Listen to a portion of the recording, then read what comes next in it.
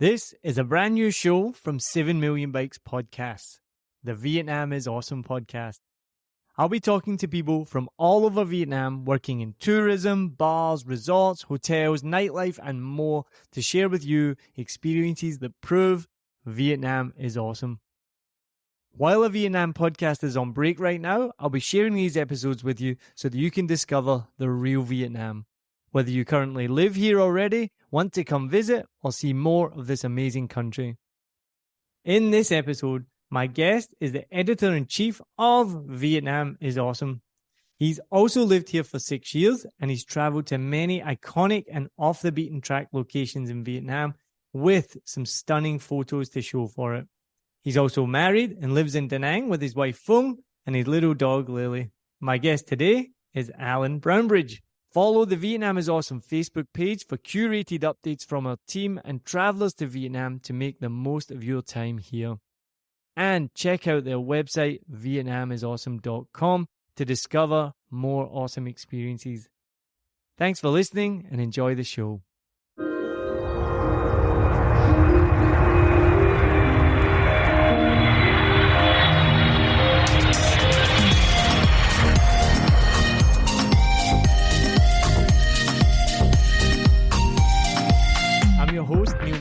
From 7 Million Bikes.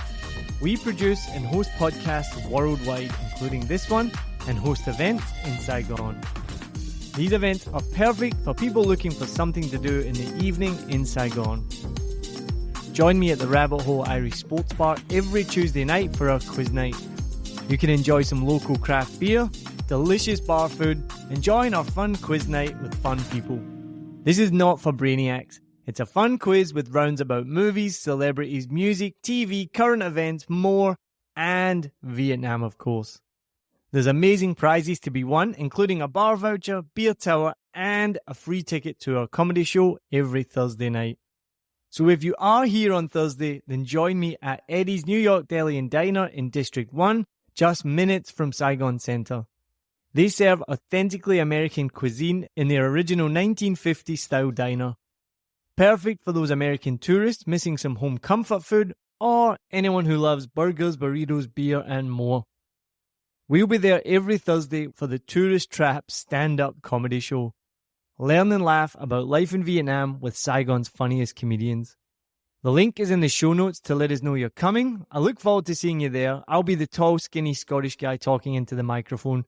Come and say hello and let me know how your trip's going. I hope you enjoy this podcast and it proves that Vietnam is awesome. Cheers.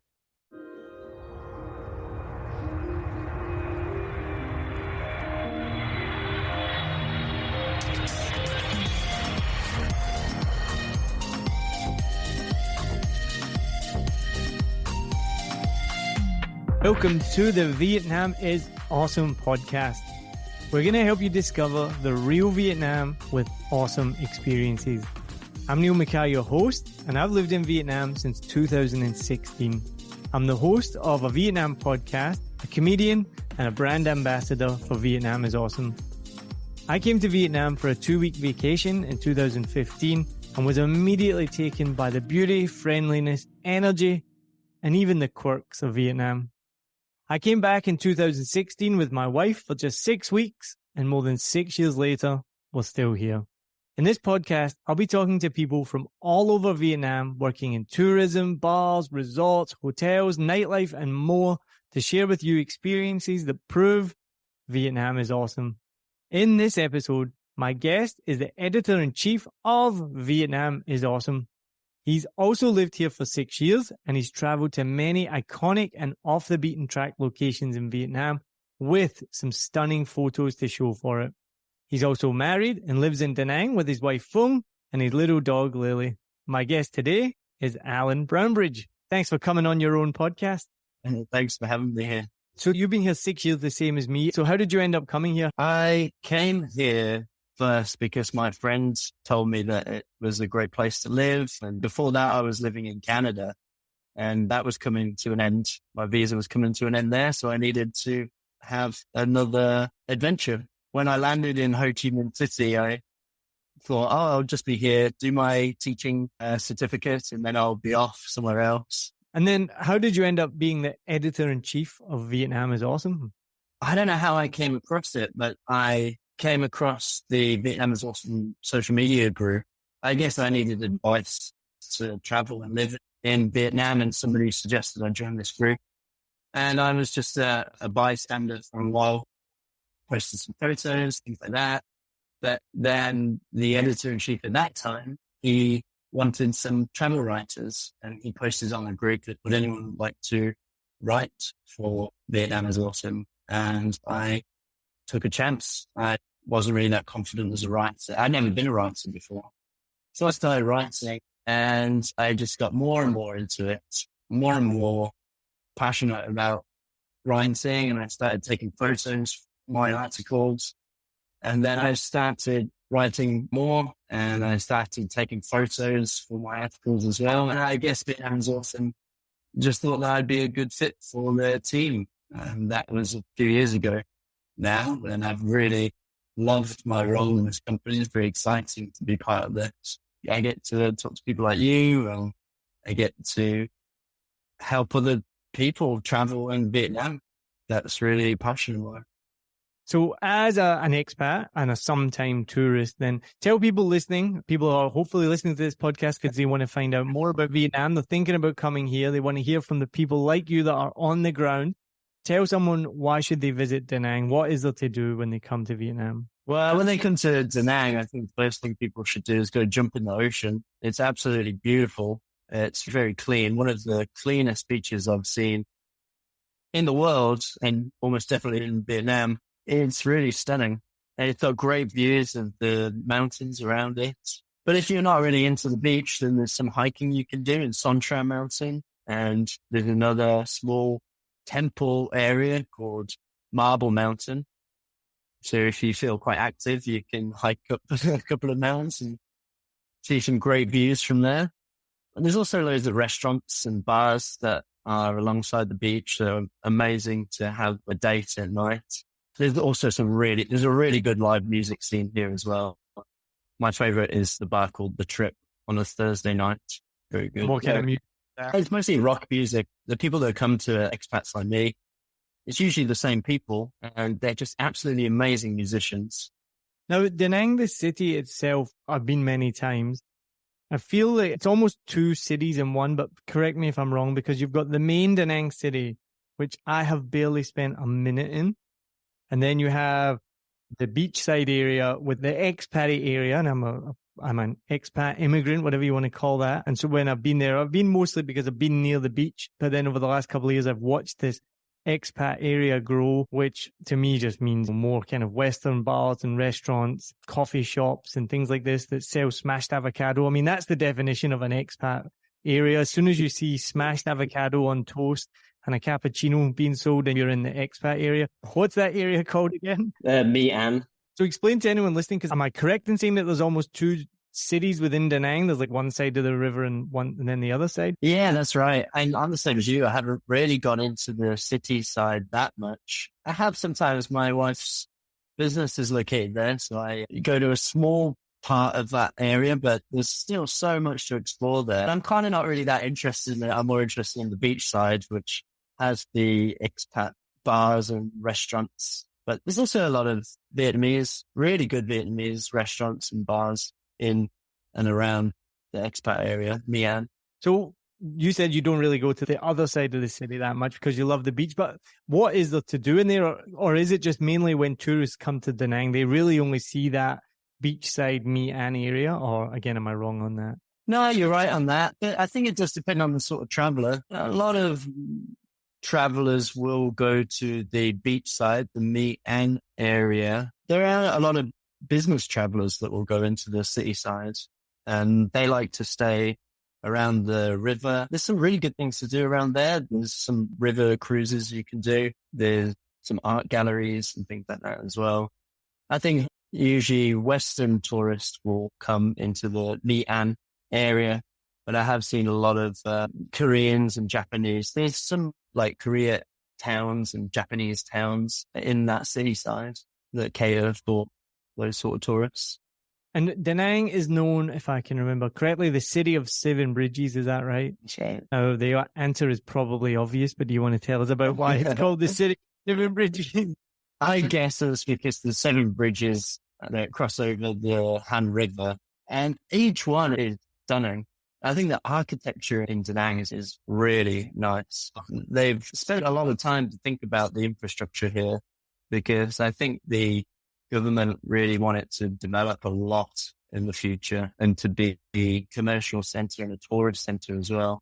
And those bridges, there's a lot of investment into those bridges because of the trade that comes through Danang from the ports and things like that. But yeah, every time I drive over the bridge, I just look around. It's just beautiful. One of the best bridges and the most famous is the Dragon Bridge. And I bet anyone that's done any research on Vietnam or Danang has seen this bridge. It's not the one with the hands, not that one. That's Golden Bridge. That's another famous one. But the Dragon Bridge is in the center of Danang. It crosses over the Han River, and it has this like massive statue of a dragon that kind of goes up and down. His body goes up and down along the bridge, and at one end there's a tail, the other end there's a head. And on Friday and Saturday night at about 9 p.m, the dragon will breathe fire. Amazing. It's unbelievable. It's just definitely one of the coolest bridges you could ever imagine. You're in this city and then suddenly there's this beautiful dragon. Yeah. And if you're there at 9 o'clock and you can watch it, there's loads of bars nearby where you can sit and have a beer while you watch the fire show. But you can almost feel the heat coming from the dragon's breath. It's very exciting.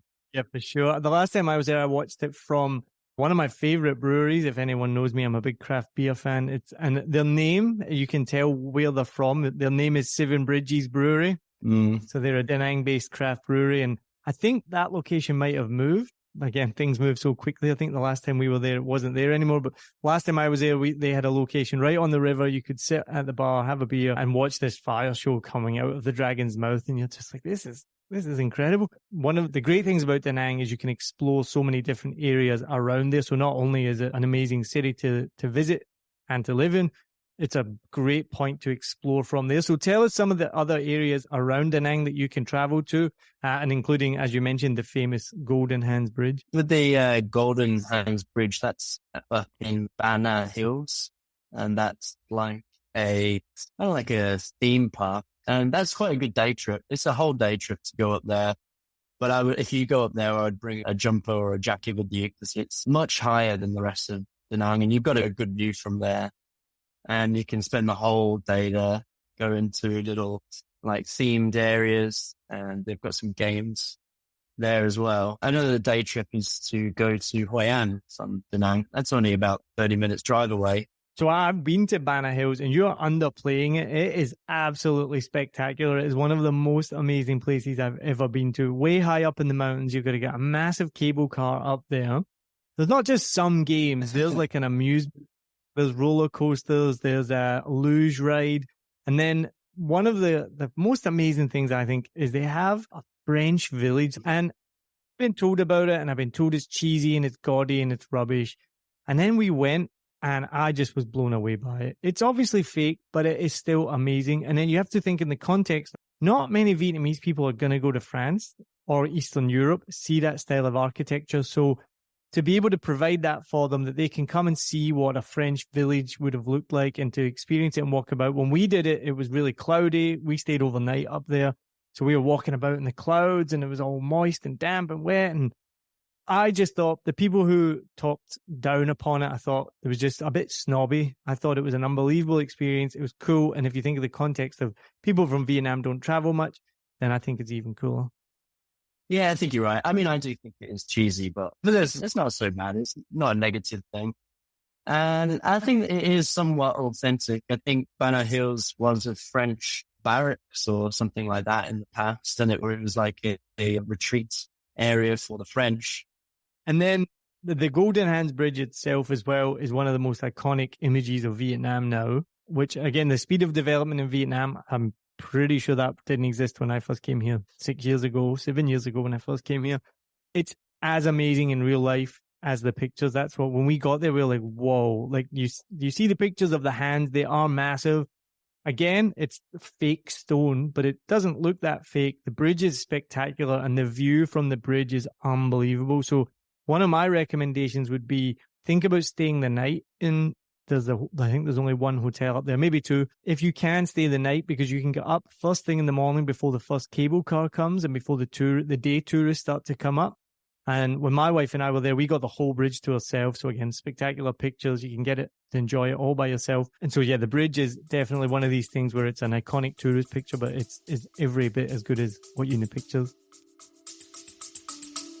We'll be right back. Join pilot and adventurer Fernando Pino as he takes you on journeys to discover exciting destinations across the UK and Europe. You'll fly with him to hidden gems and experience local culture, from bustling streets to serene hideaways and the best places to eat, sleep, and play. Travel Plans is more than a podcast. It's your ticket to exploring the world and its history with a friend.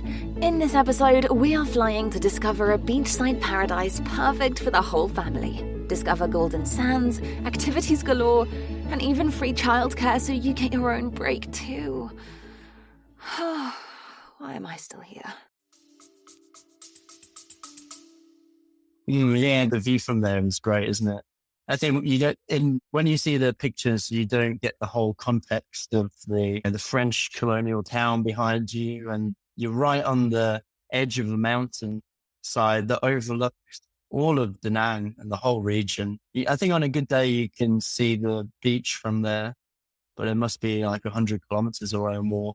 Yeah, and as I said as well, we were also there when it was cloudy, so you couldn't see 5 feet in front of your face. So you have to get the good view. You need the clear day as well. So then tell us what else is around Danang. So we got Bana Hills.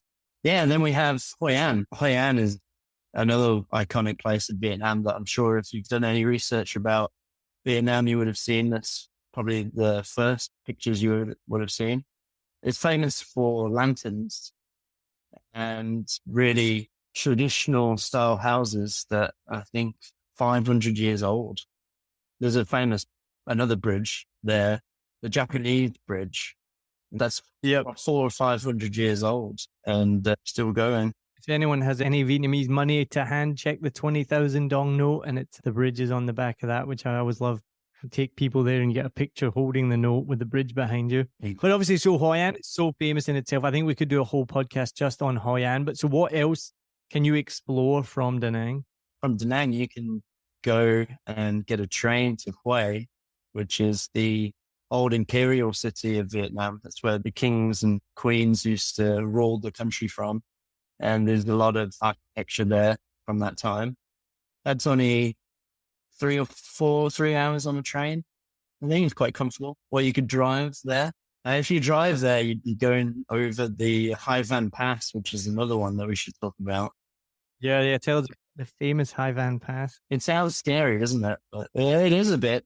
Like when you're driving up there, you have to have a good motorbike to drive up there, and it's twisting and turning and going up and up. And you look down and there's all untouched jungle and untouched beaches below you, and you keep going up, and then you're in the clouds, and then when you start coming down, you're freezing cold, and then you come down, and at the bottom there's a really nice little town, and you can have some really good seafood there. And then when you come back, and that's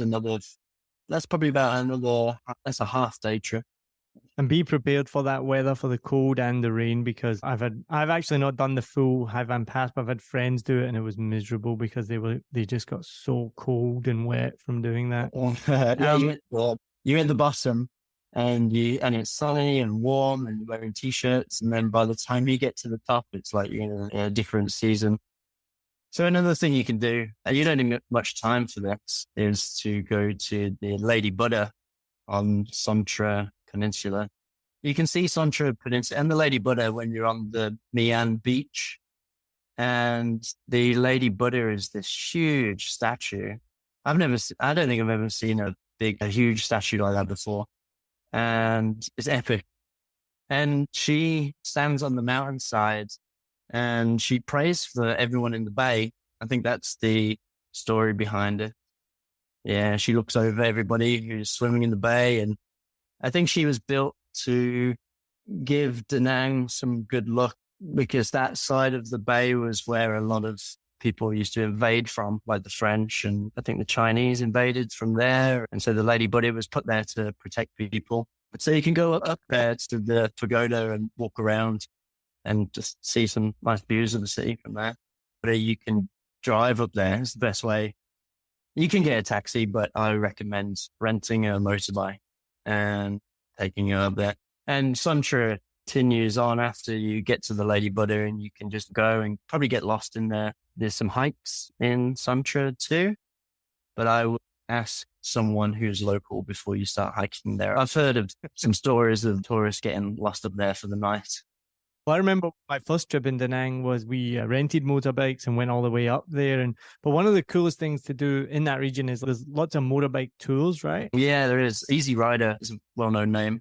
And if you don't fancy driving your own motorbike, they will supply you with the driver, and you sit on the back and you can relax and take photos if you're not very confident at driving. But Yeah, because some are treacherous, aren't they? yeah, they are. But if you're confident at driving, it's one of the best things you can do in Vietnam. Now, also tell me as well, we can't talk about anywhere in Vietnam without talking about the food. Now, it's definitely one of the reasons I've been in Vietnam so long. The food is amazing. Everyone talks about it. But from what I've learned, there is 3 different distinct areas, regions of Vietnam when it comes to food. Now, the Saigon in the south, the food's a little bit sweeter. In the north, in Hanoi, it's saltier. And then in the central region, it's spicier. Yeah, I've heard that too. I don't think it's really that spicy in the middle. So, yeah, some flavors are different.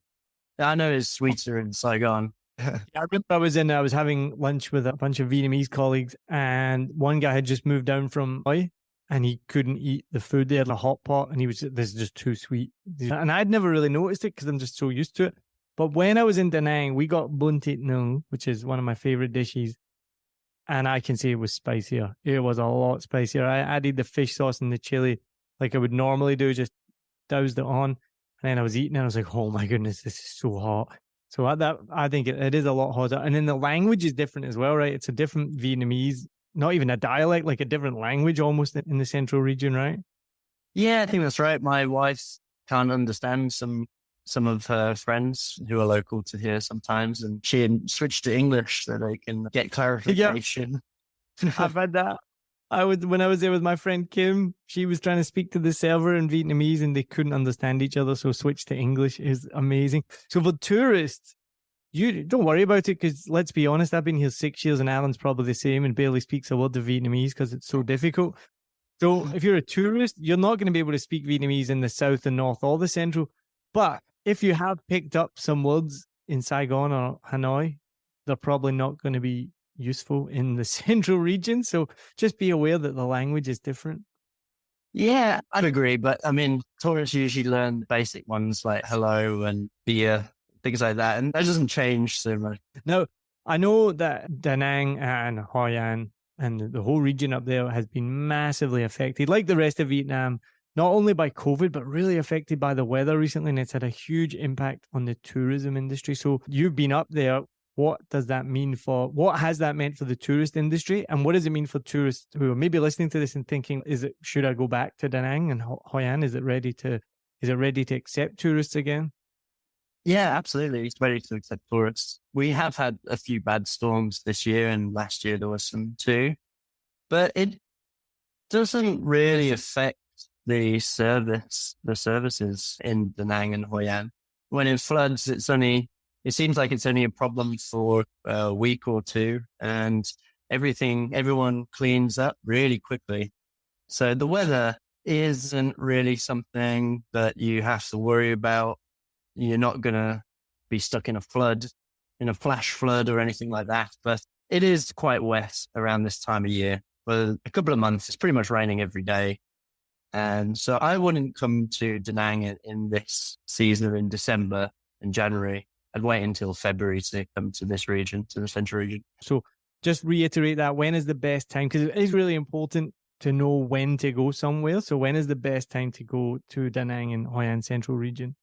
Yeah, I absolutely agree with you. I think it's really important to know when to come, because if you did come at this time, I think you'd be quite disappointed. You wouldn't really be able to swim in the ocean and do things like that. In July and August is very hot. I think probably the best time would be March, where the rainy season has gone. It's a little bit cooler. Tet has finished as well. Tet is the Vietnamese New Year. A lot of places in Danang shift for that time and people go back to their hometowns. So yeah, after Tet, which is in early February, late January, after that, so March is the best time. And then one thing I mentioned in your introduction, you've been to off the beaten track locations, and in this over touristed world, some might say, lots of tourists want to get off the beaten track and they want to find the hidden gems. They don't want to go to all the places that everyone else goes to. So what are some hidden gems in Danang in the central region that you think tourists maybe miss and that you could advise people to go to? My favorite place in Vietnam is Bang, the area where they have the world's biggest caves.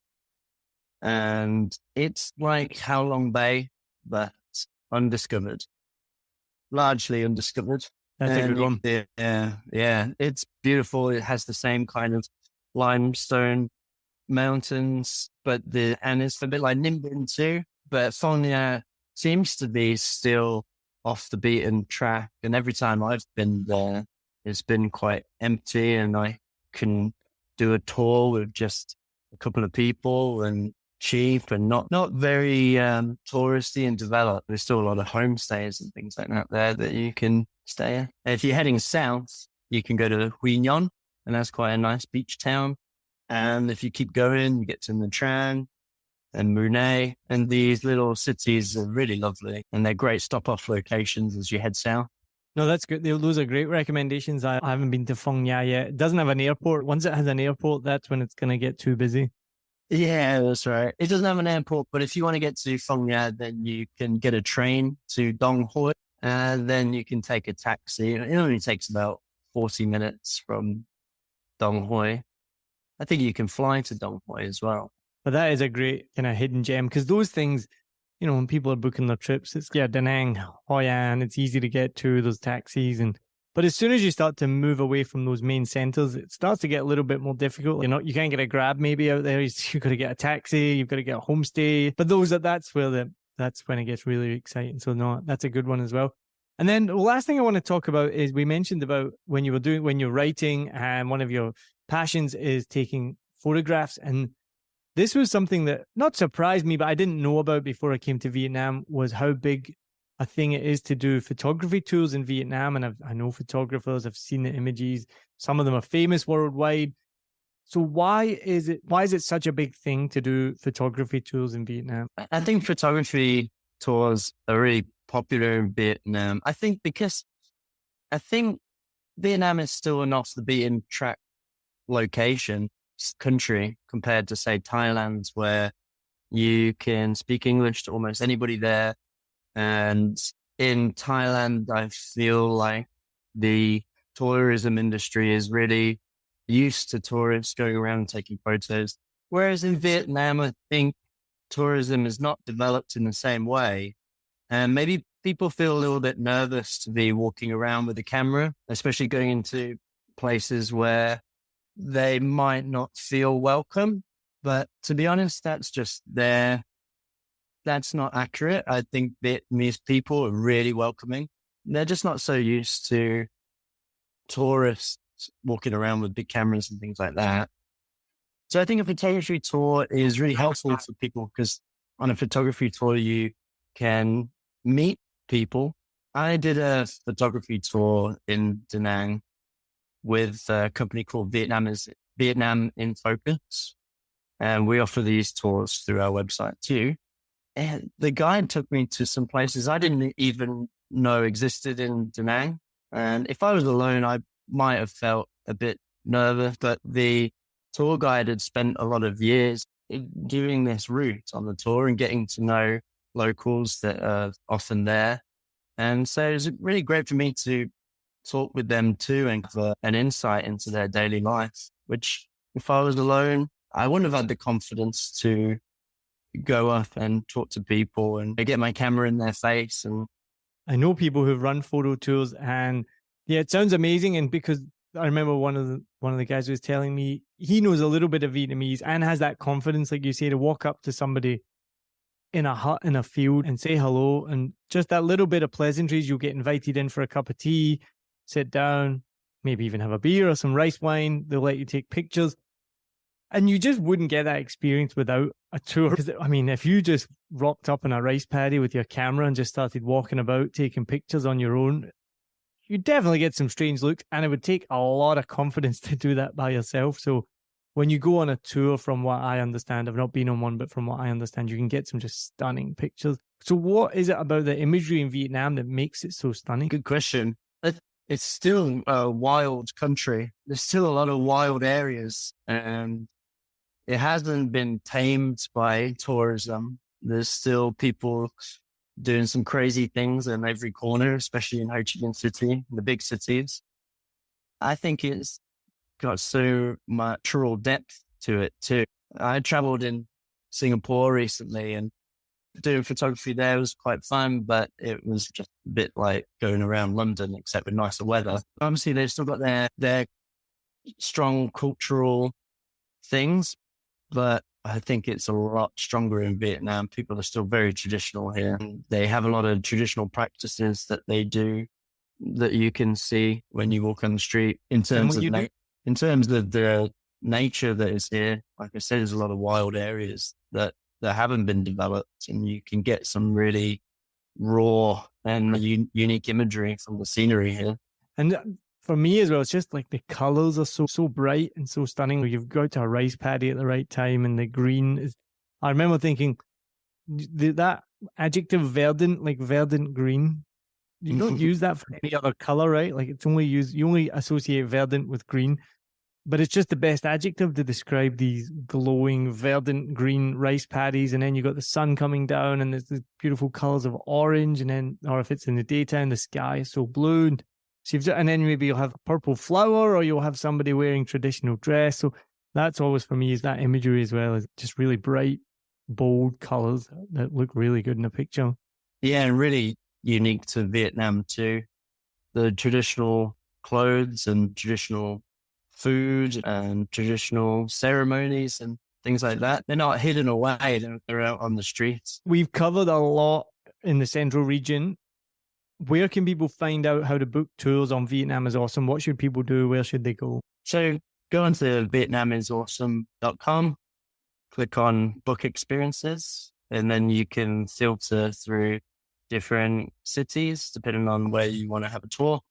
You can filter through different travel styles as well, if you like fast paced or if you're into museums or food tours. We have a great way to filter to find exactly what you need through there, and booking is easy. And then also, as you mentioned right in the beginning as well, you went onto the Vietnam is Awesome Facebook page and the group, and you went in there for advice. So tell travelers listening to this, what kind of questions can they ask? What can they find on the social media page? So yeah, if you join the Vietnam is Awesome group, you can ask for recommendations for where to stay, where to go, when to go. There's a lot of expats there. So if you want to know something more detailed, if you want to know where the best cocktail is in Ho Chi Minh City, someone on the group will know. If you're here and you're traveling alone, you could post on there and say, hey, is anyone traveling in Hanoi? I'm alone. Would you like to travel together? I see that sometimes. You can post your photos on there, or you could go back. I love it when people post their pictures, because you get to see so much more of Vietnam, and people just take stunning photographs these days, especially when you just need your phone is a stunning camera. So it's always good when people share those pictures. So that's always a good one to do as well. So yeah, check out the Vietnam is Awesome Facebook page, the group, check out the website to get more information about where to go. So before we finish, we're going to finish with the same 4 questions I'm going to ask every guest at the end of a Vietnam is Awesome podcast. Number 1, what is a good 24-hour itinerary in Danang? If you have 24 hours in Danang, I would start with some specialty food from the region, either a Ai or a Khao Lao. Khao Lao is my favorite. The best place to get Khao Lao is in Hoi An. So if in the morning I would go to Hoi An, while it's not too hot. Take a little boat ride along the river. And then after you walked around the old town there and had your breakfast and had an egg coffee, then come back to Danang. Hoi An's not so far away, so it is easy to do it if you have limited time. So after Hoi An, you come back to Danang around lunchtime. That'd be a great time to go to the beach and have some lunch next to the beach. And then after you finish, right next to Santra Mountain, you can go up to the Lady Buddha, walk around. There's also an art museum quite close to Lady Buddha, like a historical art museum there. Quite interesting. And then you would be ready for sunset. And if you continue around the side of Santra Mountain on your motorbike, there's a few little areas where it's quite nice to have a picnic and you can see the city from there. And then at night, I would go and have Miwang or Khao Lao again and try to enjoy some live music. You'll probably hear it if you walk through the streets in Mian. You'll find it. One of my favorite places to go is the workshop. And we've done some comedy shows up there. Chris up there's a great guy. It's a great place to go. So check out the workshop. That's always good. And then one of the things, so mee wang is actually one of my favorite foods. And where I live in Saigon, there's a mee wang restaurant across from my front door. And I go there at least once a week. And it's one of these strange Vietnamese foods that I don't know if it's breakfast, lunch, or dinner, because I can literally eat it for breakfast, lunch, or dinner. And I went by it just this morning, and at breakfast time, I was like, wow, how's it so busy? And my wife's like, because it's a breakfast food. And I was like, oh, yes, so it is. But then you go at lunch, it's packed at lunch. You go at dinner time, it's packed at dinner time. It's just one of the most flavorful Vietnamese dishes there is. Yeah, I think it's quite friendly for travelers. It's not so, the flavor isn't so strong. It's not a fish sauce. It's quite palatable for travelers. Yeah, for sure. It's non-offensive, shall we say. You don't need to be too brave to try mee wang. So next question, what is life like for locals in Da Nang? Quite relaxing. It's a lot slower pace than Ho Chi Minh City and Hanoi, for sure. A typical day off is spent going to the beach or walking along the river. I have a dog, so it gets me out and about quite a lot. It's a great place if you like walking and enjoying the outdoors. And what's the main economy for locals up there? There is, in this region, there's a lot of international trade. There's a lot of textile areas, workshops and factories. There's also an industrial park there with a big technology park. A lot of people do that. There isn't a lot of people who are involved in tourism, but I think that's going to change in the next 10 years. But I think in the future, that would be the main source of income for Danang, but it's probably not there yet. So you obviously like living there. So why is that a good place to live? There's a lot of space to live, to breathe, to run, to do sports and to swim and to get outside. That's my kind of thing. I know people like the big cities like Hanoi and Ho Chi Minh where there's lots of restaurants and bars to go to. But in Da Nang, you have less options for that, but a lot more options for camping and hiking and outdoorsy kind of stuff. That's why I like living here. And someone listening from, say, Australia or someone like that might be like, what do you mean there's more space? There's space. But I can tell you're saying this from the perspective of someone who's lived in Ho Chi Minh City, where if you've been to Ho Chi Minh City, there is no space to do anything. It's one of the densest cities in the world. You can't go camping, you can't go hiking, you can't run outside because there's too much pollution. So I can see why Da Nang would be a very good place to live. And last question, we've convinced someone listening they're going to go to Da Nang. Where should they go next in Vietnam? We talked about it before. My favorite place, Phong Nha.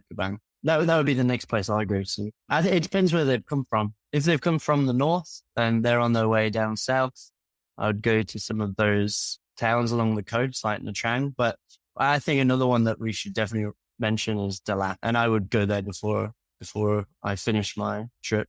It's a mountain town with a lot of beautiful lakes and flowers, things like that. Beautiful. That leads in nicely. Maybe our next podcast will have to be about Dalat. We'll see. But if you have enjoyed this podcast, thank you so much for listening. Thank you to Alan for joining me today and sharing his experience of Da Nang. It makes me want to go back up there. I do love Da Nang as well, so I want to go back up there soon. So thank you very much for coming on the podcast today. Thanks, Dion. So I'm Neil Mackay. I'm your host of the Vietnam is Awesome podcast. We're here to help you discover the real Vietnam with awesome experiences. So make sure you go check out our social media pages, Vietnam is Awesome, and go to the website, vietnamisawesome.com, so you can see more about tours, read the blog, see pictures, give you everything you need to know about your trip to Vietnam. If you have enjoyed this podcast, don't forget to follow, subscribe, all of that good stuff. Share it with people. Send us any questions that you have, and we'll be more than happy to help you. So Alan, cheers. Cheers.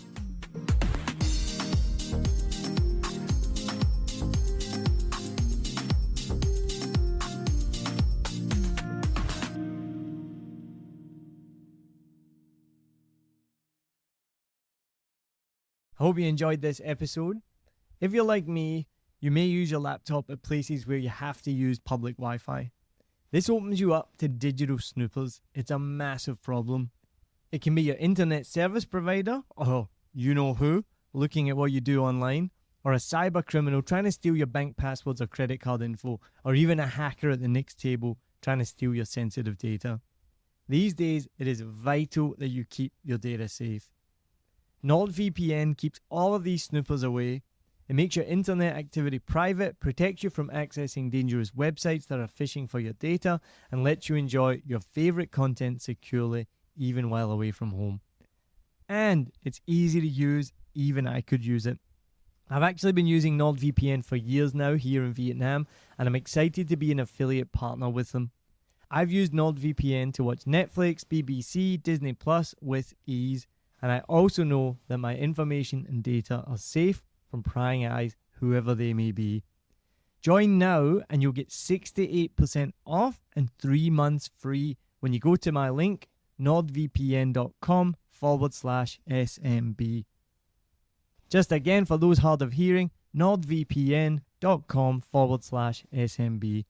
The link is also in the show notes. I know nobody checks them out, but go check that out and you can get the link from wherever you're listening to this podcast.